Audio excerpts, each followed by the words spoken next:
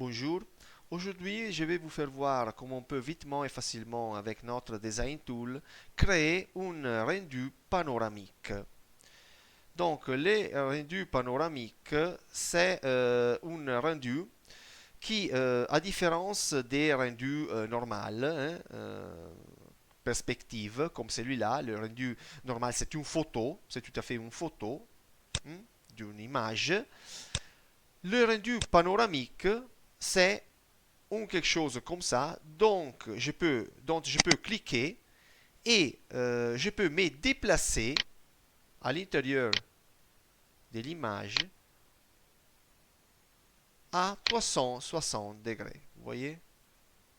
Donc je peux me déplacer à l'intérieur de la cuisine, en ce cas-là, de la pièce, en me tournant pour 360 degrés. Voilà, ça c'est les rendus panoramiques.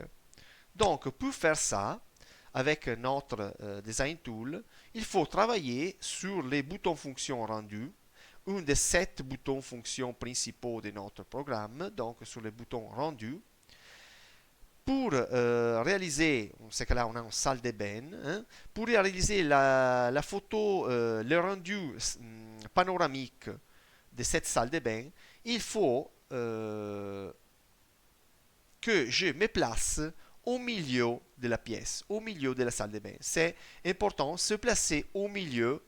Donc, c'est comme si, idéalement, j'ai une vidéocaméra et je me place au milieu de la pièce et je tourne avec ma vidéocaméra et je fais une vidéo en me tournant, une vidéo à l'intérieur de ma pièce, de ma salle de bain. Donc, première chose importante, il faut se placer avec l'image, avec ma caméra virtuelle, euh, au milieu de la salle de bain, de la pièce.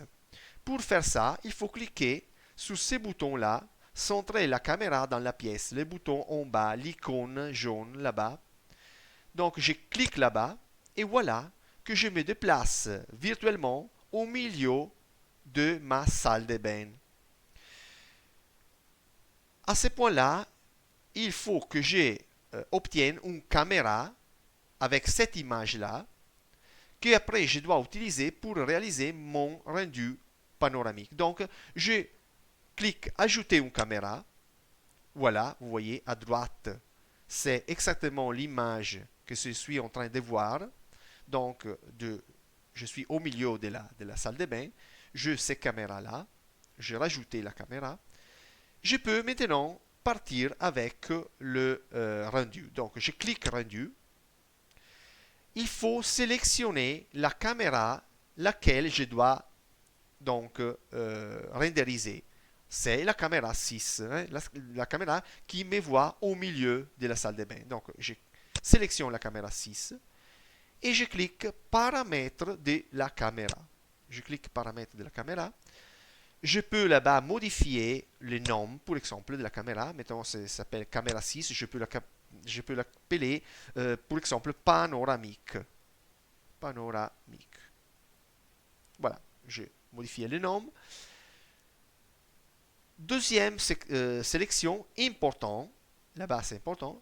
Je peux sélectionner, je peux décider que mon rendu, il est un rendu perspective, c'est-à-dire une photo normale, comme on a vu en avance, ou, comme je veux le faire, un rendu panoramique. Donc, je sélectionne panorama. Je veux réaliser un rendu panoramique. Le type de panorama, je peux décider si faire un panorama ou bien un panorama stéréographique. Le panorama stéréographique, c'est un panorama que ce type de rendu que c'est visible avec des brilles, donc des outils qu'on peut trouver facilement en commerce et qui m'a permis de regarder ce type de rendu. Ce sont des brilles pour la réalité virtuelle ou réalité en 3D. Hein. C'est un rendu typique qu'on peut bien voir avec ce type d'outils-là. Maintenant, je veux réaliser un rendu panoramique à voir sur le web. Donc, je clique Panorama. automatiquement, le format de la caméra, le programme me donne un format de 2:1. C'est le format les meilleurs, les conseillés pour ce type de rendu-là. Je peux aussi les modifier, mais je conseille laisser le format que le programme me donne par défaut. Je peux après modifier la taille de l'image. Pour défaut, les programmes me donnent ce taille-là, donc large écran 4K, qui c'est la dimension, la taille d'image la conseillée pour ce type de panorama. Je peux aussi la modifier, mais je laisse en ce cas-là le format par défaut. Faites attention que tous ces paramètres-là qu'on a sélectionnés, ils vont après influencer, ils vont après modifier la durée du rendu final. Donc vous savez que pour ce type de rendu-là panoramique, ça peut durer plusieurs minutes, hein, parce que ça peut durer plusieurs minutes. Ça dépend donc de la qualité, de la taille de l'image, du format de la caméra, mais aussi de la complexité du projet. Si c'est un projet très complexe, ça fait beaucoup de petits objets, des détails, voilà. Et ça dépend très important de la puissance de mon ordinateur et de la qualité de ma carte graphique. Donc tous ces éléments-là, ils font que la durée du rendu c'est plus grande ou plus petit. Donc le rendu, ça dure plus de temps ou moins de temps. En tout cas, il faut compter en ce cas-là plusieurs minutes afin d'obtenir un rendu panoramique. Donc, quand j'ai sélectionné après tous les paramètres, j'ai modifié, j'ai réglé tous les paramètres de ma caméra, je clique Appliquer. Suivant, là-bas, on peut régler la lumière du soleil, l'effet de la lumière à l'intérieur de ma chambre, de ma pièce, de ma salle de bain. Pour ces sections-là, je vous invite à voir les tutoriels dédiés que j'ai réalisés pour ces arguments-là. Suivant, même chose pour le fond, pour l'image de fond. On a un rendu, on a un tutoriel dédié que je vous invite à regarder. Suivant et fin. Et voilà qu'on part avec le rendu panoramique de ma salle de bain. Quand j'ai terminé mon rendu, on va obtenir à la fin une image comme celui-là que je vous fais voir maintenant. Voilà, ça c'est l'image que je vais avoir à la fin.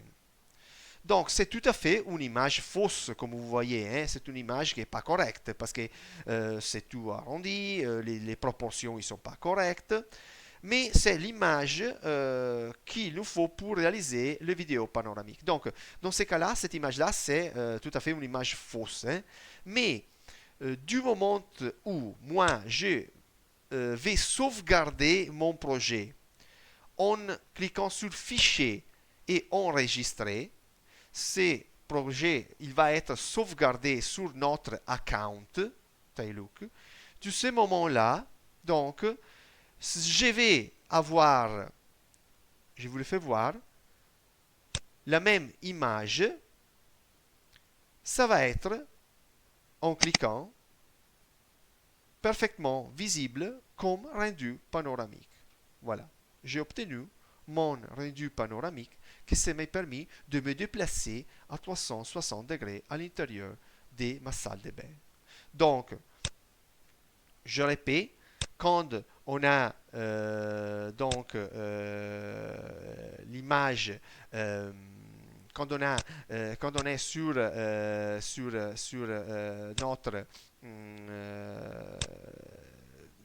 notre programme, sur notre outil. Maintenant, j'arrête les rendus.